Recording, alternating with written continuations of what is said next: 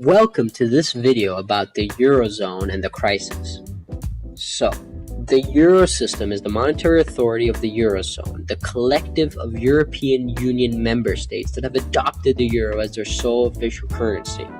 It consists of the ECB, the European Central Bank, and the NCBs, national central banks, of the 19 member states that are part of the Eurozone. To join the Euro, you need to have a low inflation rate, low interest rate, your debt as a percentage of GDP should be no more than 60%, and your government deficit as a percentage of GDP should not be more than 3%. The European Central Bank is the entity responsible for the monetary policy of the European Union since January 1st, 1999, when the euro currency was adopted by the EU members. The ECB works with the other national banks of each of the EU members to formulate monetary policy that helps maintain price stability in the European Union.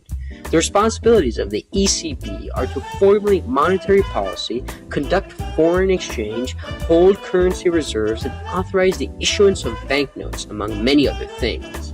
Furthermore, while member states can issue euro coins, the amount must be authorized by the ECB beforehand. The primary objective of the euro system is price stability, and their secondary objectives include financial stability and financial integration. Also, one could say that the euro was created as a symbol of peace and determination of integration of the European Union. So, what are the advantages? Well, thanks to the use of a common currency in the Eurozone, both the public and private sectors within the Eurozone do not need to worry about exchange rate fluctuations, making the economy more dynamic and fast. For example, the euro stimulates trade activities and free movement of capital, goods, and people. The adoption of a common currency allows for more choices and stable prices for consumers and citizens. Also, it generates a safe market that attracts investment from all over the world thanks to greater fiscal security and more diverse market opportunities. Also, a common currency incentivizes fair trade and cooperation among countries and creates a strong barrier for conflict to arise. Well, what are the disadvantages?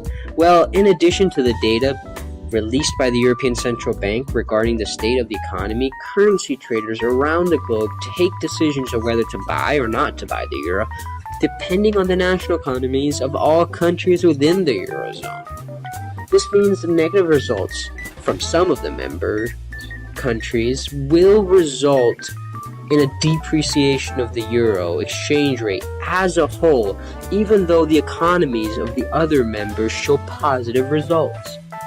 Also, the fiscal and monetary policies are restrained by a common currency, for countries cannot adjust their exchange rate in time of economic shock.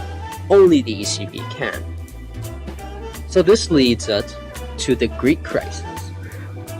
In Greece, they had a 25% unemployment rate and a great debt burden of 172% of GDP.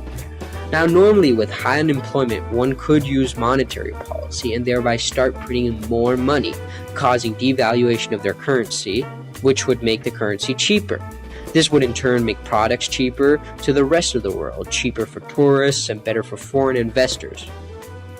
Perfect, right? No, because Greece could not control its own monetary policy as it shares it with the rest of the Eurozone. Why? A price of euros appropriate for Greece with 25% unemployment may not be appropriate for, let's say, France with 10% unemployment. So why did Greece join the Eurozone? Well, after they joined, their nominal GDP per capita went up a lot. They could borrow a lot of money more easily, but their economy was still weaker. So the money led Greece to grow a lot initially, but they were not able to control their debt. A problem in Europe is that it is not one country, like the US, where money between states flows easily. Someone in France may not be happy with money going to Greece, whereas someone in New York might be happier to help someone in Kansas. Furthermore, lowering the euro's value would make foreign goods more expensive for France and Germany. Therefore, not going to happen. Germany, the ECB, and the IMF agreed to lend more money to Greece under the conditions that they 1. Cut spending, 2. Borrow less, and 3. Repay current debt. But cutting spending means fewer jobs, less government investment, and lower pensions. A vicious cycle starts where the economy keeps contracting and contracting. So, what happened? Well, privatization happened. They raised the retirement age, and they made it easier to start a business. Additionally, an EU fund of 200 billion euros for failing companies was created. The ECB now checks government expenditure of countries and can force you to spend less. Before this, Greece had lied about their debt and deficits. When this was found out, and expectations went down. So, Greece had to accept higher interest on new loans to run because of its previous debts and deficits. If Greece left the euro, confidence would fall in the euro and set a bad trend, weakening the euro. For Greece, it could cause a deeper recession, but give back more control and could cause a rebound later.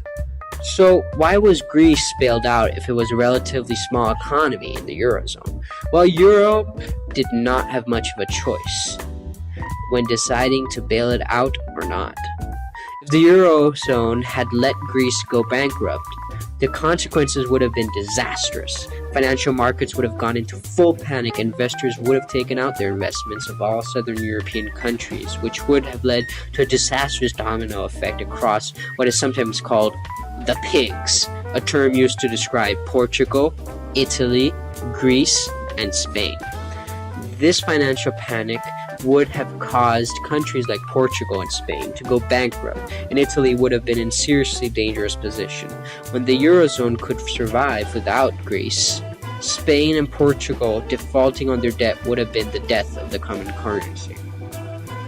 To wrap up everything, the Eurozone is an economic community shared by many European countries that decided to join forces and adopt a common currency for all of them.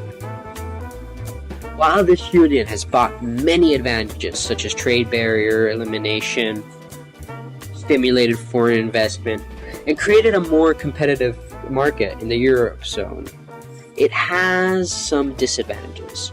In order to join, the Union countries had to give up their sovereignty over the monetary policies, effectively making it harder to answer in an effective way to a crisis.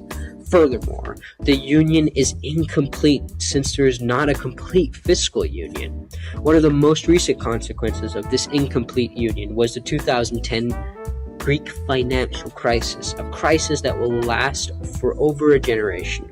This crisis was aggravated by the inability of the Greek state to issue its own fiscal policy, and instead having to stick with one that suited a healthier and bigger countries like Germany or France. Greece's high unemployment, huge debt, and credit crisis was answered by spending cuts and a massive rollover of debt to avoid Eurozone from breaking. The lessons of this crisis are still being learned today, and hopefully will be taken into account to create a fiscal and monetary union in the Eurozone, similar to the one existing in countries such as the United States.